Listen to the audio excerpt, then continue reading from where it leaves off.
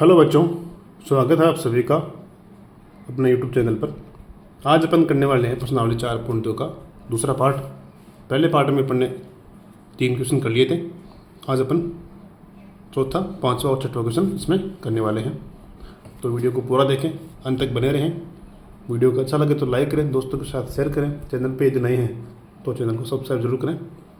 चलिए शुरू करते हैं। क्वेश्चन नंबर 4, 2 क्रमागत धनात्मक पूर्णांक ज्ञात कीजिए जिनके वर्गों का योग 365 हो। देखिए, 2 धनात्मक पूर्णांक लेने हैं आपको जो कि क्रमागत है, मतलब लगातार आते हैं। ठीक है, तो अपन ने ऐसा क्वेश्चन किया भी था पहले, तो दोबारा एक बार दोबारा देख लो। जैसे क्रमागत का मतलब है क्रम से आने वाले, जैसे 1 2 3 4, ये सारे क्रमागत है ना। तो अपन ऐसे मान लेंगे, एक को तो मान लेंगे x और अगले को मान लेंगे x + 1। +1 क्यों किया? देखो, पहले अपन ने 1 लिया, फिर 2 कैसे आया? जब अपन ने 1 में +1 किया तब आया 2। 2 से 3 कैसे आया? तब 2 में अपन ने +1 किया। तो देखो, हर जो संख्या है आगे वाली, उसमें अपन +1 करने से आगे वाली संख्या आ रही है। तो पीछे वाली संख्या x है, तो आगे वाली कैसे आएगी? जब उसमें अपन प्लस का 1 जोड़ देंगे। तो ये है दोनों क्रमागत संख्याएं। ठीक है, तो माना कि 2 क्रमागत धनात्मक पूर्णांक x व x + 1 है। उसके बाद में क्या दिया हुआ है? जिनके वर्गों का योग, मतलब पहला x है, दूसरा x + 1 है, इनके वर्गों का योग कितना है? 365। तो अपन यहाँ पे लिखेंगे प्रश्नानुसार। देखो, पहली संख्या x, ठीक है, दूसरी x + 1, फिर इनके वर्ग, तो इनका वर्ग करो, स्क्वायर कर देना ऊपर, ये हो गया वर्ग। वर्ग करने के बाद में इनका योग, इनके वर्गों का योग कितना है? 365। ठीक है, अब इसको हमें सरल करना है। देखो, x + 1 का होल स्क्वायर, ये एक सर्वसमीका होती है। क्या होती है? a + b का होल स्क्वायर क्या होती है? a² + 2ab + b²। ये अपने को यहाँ पे काम में लेनी है। तो ये x² प्लस ये हो जाएगा x² + 2ab, मतलब 2 a की जगह x है, b की जगह 1 है, प्लस b², मतलब a का स्क्वायर, 365। अब ये x² कितना हो गया? 2x² प्लस ये हो गया 2 × x × 1, 2x, ये हो गया। 1 का स्क्वायर 1 होता है, बराबर 365। ये इधर जाएगा, 365 इधर गया तो माइनस का हो जाएगा। ठीक है, इधर बच गया 0, ये इधर चला गया, यहाँ कुछ नहीं बचा। अब 2x² + 2x, 1 इसमें से घट जाएगा, तो ये बच जाएगा 364 बराबर 0। अब अपने पास द्विघात समीकरण आ गई। इसको अपन और भी आगे सरल कर सकते हैं। 2 यहाँ पे कॉमन आ रहा है, तो x² प्लस यहाँ बच जाएगा x माइनस 2 का इसमें भाग देंगे, तो 2 × 2, 2 × 8 = 16, 2 × 2 = 4 बराबर 0। 182 बार इसमें 2 का भाग गया। अब 2 इधर इसके बट्टा में आएगा तो क्या हो जाएगा? 0 हो जाएगा। x² प्लस x माइनस 182 बराबर 0। ये समीकरण आ गई। अब हमें इसके गुणनखंड करने हैं, तो हमें टुकड़े करने पड़ेंगे। तो पहले देखो, यहाँ पे 3 पद है, तीनों में से पहला पद है x², गुणांक इसका 1 है। इस 1 को गुणा करेंगे इस 182 से, तो कितना आ रहा है? -182। तो अब देखो, बड़ी संख्या है, ठीक है, तो बड़ी संख्या का टुकड़ा अपन करने में थोड़ी सी दिक्कत रहती है, इसलिए इसका 182 का अपन क्या करेंगे? अभाज्य गुणनखंड करेंगे। तो 182 का क्या करो? अभाज्य गुणनखंड करो। 2 का भाग दो, 2 × 18, 2 × 2, अब 7 का भाग जाएगा 13 बार, 13 में 13 का भाग 1 बार। ठीक है, अब देखो यहाँ पे आना चाहिए प्लस का अक्ष, मतलब प्लस का 1 अक्ष आना चाहिए, प्लस का 1। तो इन्हें गुणा करो, 2 × 14 और ये है 13, ये है 14। अब बताओ 1 कैसे आएगा? जब अपन 14 में से 13 को घटाएंगे तभी आएगा 1। तो टुकड़े हो जाएंगे इसके 14 और 13, तो यहाँ लिख देंगे x² + 14x माइनस 13x और माइनस 182 बराबर 0। टुकड़े ऐसे करने हैं कि इनको गुणा करें तो 182 आए और इनको घटाएं तो 1x। तो यहाँ पे गुणा करने की जरूरत नहीं है आपको, क्योंकि अपन गुणनखंड कर रहे हैं इसके, तो गुणा करने पे यही आएगा। आपको तो ये ध्यान रखना है कि जोड़ने या घटाने पर ये बीच वाली संख्या आनी चाहिए। ठीक है, अब 14 में से 13 जाएगा तो 1 बच जाएगा। ये हो गया इसका टुकड़ा। ऐसा कैसा टुकड़ा अपन ने किया था प्रश्न नंबर 3 में, सेम टू सेम वही है। अब कॉमन ले, अक्स कॉमन लिया, अक्स बच गया, प्लस यहाँ से 14 बच गया, माइनस यहाँ पे 13 कॉमन लेंगे तो यहाँ क्या बच जाएगा, अक्स माइनस माइनस प्लस 182 में 13 का भाग देंगे तो 14 बच जाएगा। अब दोनों सेम है, अक्स प्लस 14 एक बार लिख दो, क्या बच गया, अक्स माइनस 13, अक्स माइनस 13 बराबर 0। अब एक बार या तो ये 0 होगा या ये 0 होगा, तो यदि अक्स प्लस 14 का मान अगर 0 के बराबर है तो अक्स का मान कितना होगा, 14 उधर गया तो माइनस का 14। और अगर ये 0 नहीं, ये 0 है तो अक्स माइनस 13 बराबर 0, तो अक्स का मान उधर गया तो प्लस का 13। अब देख लो दोनों से की क्रमागति है, 13 पहले 13 आती है, बाद में 14 आती है। लेकिन यहाँ पे देखो समस्या क्या आ रही है, ये माइनस में है और ये प्लस में है। प्रश्न में क्या दे रखा है, धनात्मक पूर्णांक है ना, तो हमें धनात्मक ही लेना है, ऋणात्मक नहीं लेना। तो यहाँ पे ऋणात्मक तो अपन नहीं लेंगे, क्या लेंगे, धनात्मक ही लेंगे। तो अक्स का मान अपन 13 लेंगे। अतः क्रमागत धनात्मक पूर्णांक अपन ने क्या माने थे शुरू में, अक्स और अक्स प्लस 1 है ना, अक्स की जगह 13 और फिर अपन ने माना था ये देखो अक्स और अक्स प्लस 1, तो 13 में एक जोड़ देंगे, कितना हो जाएगा 14। तो 13 और 14 है, ये अपना आंसर है। ठीक है, अगला क्वेश्चन है, एक समकोण त्रिभुज की ऊंचाई इसके आधार से 7 सेमी कम है। तो पहले अपन बनाते हैं समकोण त्रिभुज। तो देखो ये है समकोण त्रिभुज, यहाँ पे है 90 डिग्री का कोण, इसमें ये आधार है और ये ऊंचाई है। ठीक है, प्रश्न में क्या दिया हुआ है, इस समकोण त्रिभुज की जो ऊंचाई है वो इसके आधार से 7 सेमी कम है। आधार से कम है ना, तो अपन आधार को क्या मान लेंगे, अक्स मान लेंगे। ऊंचाई कितनी है, इससे 7 सेमी कम है, तो कम के लिए अपन माइनस कर देंगे, अक्स माइनस 7। ठीक है, ये हो गया आधार।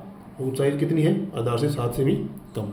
ठीक है, फिर यदि कर्ण 13 सेमी है, इसको बोलते हैं कर्ण, ये है कर्ण, ये वाली भुजा कर्ण होती है। ये कितना है, 13 सेमी, इसको बोलते हैं आधार, ये है ऊंचाई, ये है कर्ण। ठीक है, तो अन्य दो भुजाएं ज्ञात करो। कर्ण 13 है, आपको आधार और ऊंचाई ज्ञात करनी है। अब यहाँ समकोण त्रिभुज है, तो समकोण त्रिभुज में एक थ्योरम काम करती है, एक प्रमेय काम करती है, उसका नाम है पाइथागोरस प्रमेय। तो यहाँ पर हम लिखेंगे पाइथागोरस प्रमेय से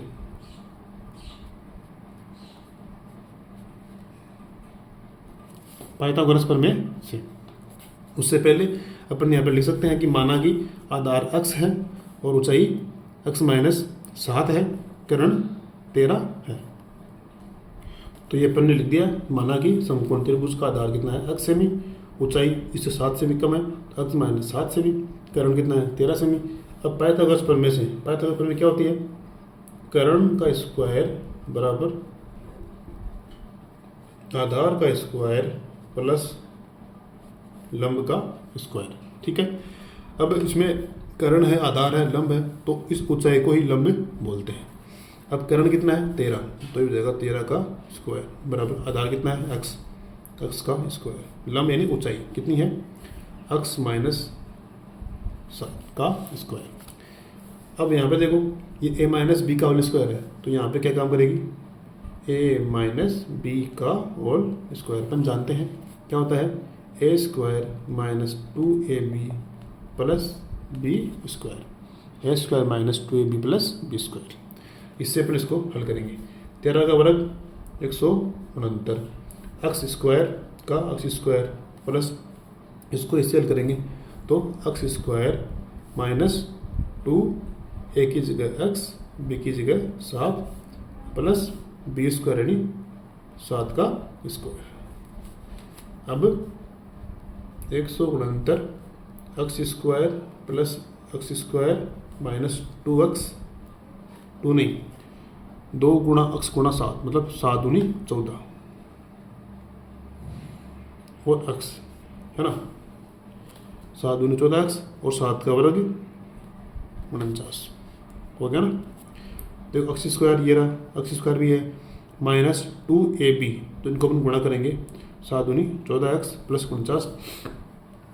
अब एक्स गुणनफल को उधर भेज देंगे, ये हो गया x square plus x square क्या हो गया 2x square minus 14x plus 49, ये उधर जाएगा तो हो जाएगा माइनस का 169 बराबर 0।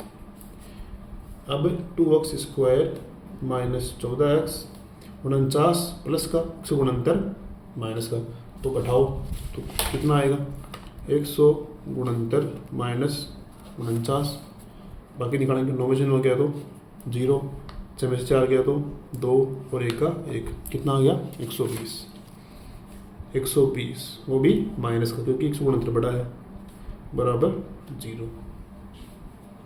ठीक है,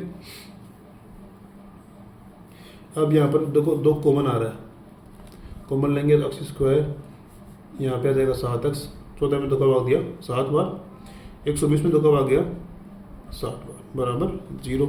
अब यहाँ 2 गुणा में ये इधर बट्टा में जाएगा 0 हो जाएगा, समीकरण बन जाएगी एक्स स्क्वायर माइनस के 7x माइनस का 60 बराबर 0। ये होगी द्विघात समीकरण। अब वैसे करना है इस प्रकार से अपन करते आए हैं। यहाँ पर 3 पद हैं, पहले पद का गुणांक है उसको इससे गुणा करेंगे तो कितना हो रहा है माइनस का 60 हो रहा है, माइनस का 60 को अपन टुकड़े करने ऐसे 2 संख्याएं लेनी है कि उनको अपन गुणा करें तो आए 60 माइनस का, और उनको अपन जोड़े या घटाएं तो आए 7x। तो ऐसी संख्या आएंगी 12 और 5, कौन सी है 12 और 5। और इसको आप वैसे भी कर सकते हो गुणनखंड से। देखो 60 का अपने गुणनखंड किया, 2 का भाग दिया, कितनी बार गया 30 बार, फिर 2 का दिया 15 बार, 3 का दिया 5 बार, 5 में 5 का दिया 1 बार। ठीक है, अब उनको गुणा करो, 2 दूनी 4, 4 किया 12, तो इनका तो हो गया 12 और ये 5, तो 12 को 5 से गुणा करेंगे तो 60 आ रहा है, और 12 में से 5 घटाएंगे तो 7 आ रहा है ना। अब यहाँ देखो माइनस में आ रहा है, तो इसके लिए अपन क्या करना पड़ेगा, इन दोनों में से एक को माइनस करना पड़ेगा। अगर अपन 5 को माइनस करते हैं तो फिर ये 12 में से 5 गया तो 7 तो बचेगा, लेकिन वो प्लस का रहेगा क्योंकि 12 बड़ा है, इसलिए अपन इस 12 को माइनस कर देंगे। ठीक है, अब 12 में से 5 गया तो 7 और चिन्ह आ जाएगा माइनस का, तो x square minus 12x plus 5x और माइनस का 7, इन दोनों को अपन ने 7 की जगह लिख दिया। अब 4 पद है, 2 कॉमन ले लो, यहाँ से x कॉमन है, x माइनस 12 प्लस यहाँ से 5 कॉमन लेंगे तो x माइनस 60 में 5 का भाग देंगे 12 बार। ठीक है, दोनों सेम पद हैं तो यहाँ से x माइनस 12 बाहर निकाल देंगे, क्या बच जाएगा x प्लस 5, x प्लस 5 बराबर 0।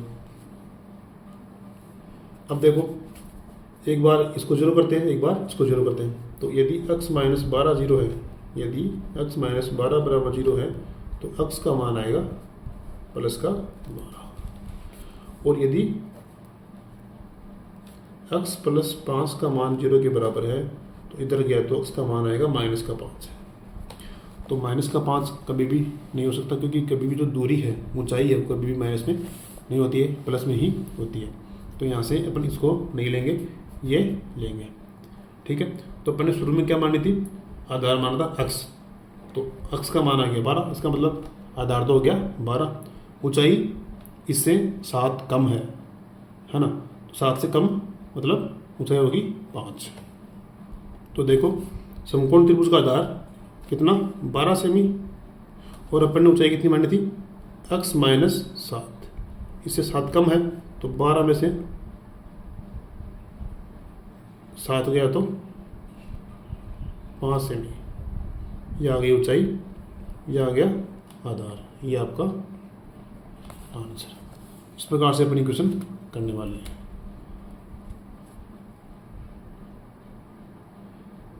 अगर कोई वीडियो समझ में नहीं आ रहा है, कोई प्रश्न समझ में नहीं आ रहा, तो आपको उसको दोबारा देख सकते हो, कितनी बार भी देखो कोई दिक्कत नहीं है, बार बार देखने पर कोई दिक्कत नहीं आएगी।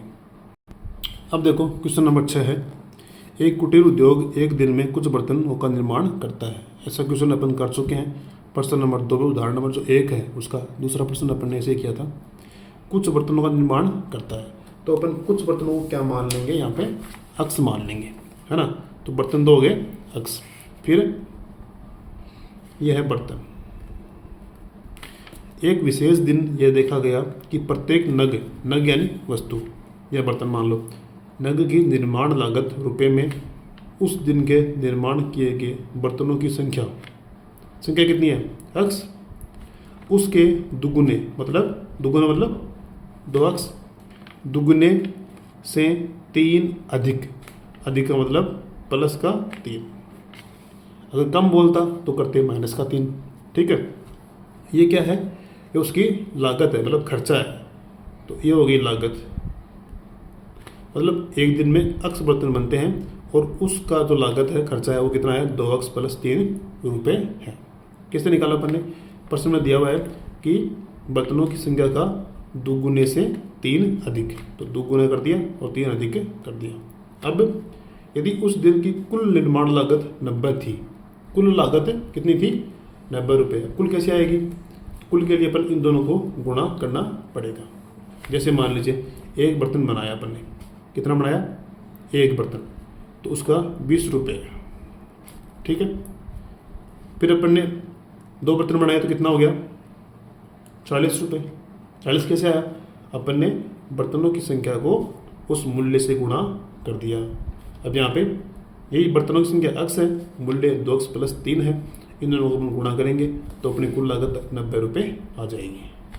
ठीक है, चलो करते हैं इसको। देखो, माना कि बर्तनों की संख्या तो अक्स है, प्रत्येक नग की निर्माण लागत कितनी है, इसके दुगुने से 3 अधिक प्लस 3, ये हो गई लागत। लागत हमेशा किस में होती है, रुपयों में होती है। अब प्रश्नानुसार क्या दे रखा है, उस दिन की कुल लागत कितनी है, 90 रुपये। देखो ये प्रश्न है, उस दिन की कुल निर्माण लागत 90 रुपये थी। प्रश्नानुसार कुल लागत बराबर 90 रुपये। लागत कैसे निकालेंगे, कुल बर्तनों की संख्या को लागत से गुणा कर देंगे। तो अक्स को गुणा करेंगे अपन 2 अक्स प्लस 3 से और बराबर 90 कर देंगे। फिर अक्स को 2 अक्स से गुणा करेंगे तो 2 अक्स का स्क्वायर प्लस अक्स गुणा 3 अक्स, 90 उधर जाएगा तो माइनस का 90 बराबर 0। ये आपके समीकरण बन गई। अब यहाँ से अपन टुकड़े करेंगे। देखो 1 2 3 पद हैं, पहले पद को तीसरे से गुणा करना है। तो यहाँ 2 है, यहाँ 90 है, 2 गुणा 90 कितना हो जाएगा, 180। अब 180 के टुकड़े करने हैं कि 2 संख्या लेनी है, वो गुणा करने पर 180 आए और जोड़ने पर 3 अक्स आए, तो बड़ी संख्या है। तो अपन क्या करेंगे, इसके आभासी गुणनखंड करेंगे। 2 का भाग देंगे तो 90 बार गया, फिर 2 का भाग देंगे तो 45 बार, अब की बार 3 का भाग देंगे तो 15 बार, फिर 3 का देंगे 5 बार, फिर 5 का देंगे 1 बार। ठीक है, ये हो गया भाज्य गुणनखंड। अब देखो ये गुणा करो, 2 दूनी 4, 4 तिया 12, 12 तिया 36, तो ज़्यादा हो रहा है, ये अपने को चाहिए 3। तो 2 दूनी 4, 4 तिया 12 और 3, तो ये तो हो गया 12, इनको गुणा करो 3 को और 5 को, 3 पंजे 15, है ना। अब इनको जोड़ेंगे तो ज़्यादा हो जाएगा, हमें चाहिए 3, तो अपन क्या करेंगे, 15 में से 12 को घटा देंगे, है ना। तो गुणा करेंगे तो 180 आ रहा है और घटाने पर कितना आएगा, 3 आ रहा है। तो गुणनखंड हो गया, एक तो 15, एक 12, 2 x square 15 x minus 12 x minus 90। ठीक है, अब कॉमन ले इन दोनों से, अक्स कॉमन आ रहा है, यहाँ बच जाएगा 2 अक्स प्लस 15 फिर माइनस यहाँ क्या कॉमन लेंगे 12 और 90 दोनों में से क्या कॉमन आ रहा है, दोनों में कॉमन आ रहा है 6, क्योंकि 6 का भाग दोनों में लग रहा है। फिर 12 में 6 का भाग दिया तो 2x माइनस माइनस प्लस 90 में 6 का भाग दिया 15 6 90 15 12 बराबर 0। अब दोनों सेम है, दोनों सेम है तो एक बार लिख दो x माइनस 6 बराबर 0। अब दोनों में से यदि ये 0 होगा तो ये नहीं होगा, ये होगा तो ये नहीं होगा। तो यदि अपन 2x प्लस 15 को बराबर करें 0 के, तो 15 उधर जाएगा तो हो जाएगा माइनस का 15, 2 यहाँ गुणा में है, ये जाएगा बट्टा में। फिर यदि ये 0 है, x माइनस 6 बराबर 0 है, तो माइनस से उधर गया तो प्लस का 6 हो जाएगा, x बराबर 6। ठीक है। अब बर्तनों की संख्या माइनस में नहीं हो सकती, हमेशा प्लस में होती है। तो अपन ने माना था, क्या माना था कि बर्तनों की संख्या x है, x का मान अपन लेंगे 6, x का मान 6 हो गया। अब लागत है तो 2x प्लस 3, x की जगह अपन रखेंगे 6, 6 दूनी 12, 12 और 3 15, ऐसे करेंगे इसको। देखो बर्तनों की संख्या कितनी थी, x मानी, x का मान आ गया 6। निर्माण लागत अपन ने क्या मानी थी 2x प्लस 3, तो यहाँ पे लिखो 2x प्लस 3। ठीक है। x का मान मेरे पास 6 आया तो x की जगह यहाँ लिखो 6 प्लस 3, 2 गुणा 6 करेंगे 2 6 12 प्लस का 3, 12 और 3 कितना हो जाएगा 15, ये आ गया 15 रुपये। ये तो आगे निर्माण लागत, या आगे बर्तनों की संख्या 6 और 15। तो इस प्रकार से अपनी ये प्रश्नावली पूरी होती है। वीडियो अगर अच्छा लगा है तो वीडियो को लाइक करें, दोस्तों के साथ शेयर करें, कमेंट भी करें। मिलते हैं अगली वीडियो में, तब तक के लिए जय हिंद जय भारत।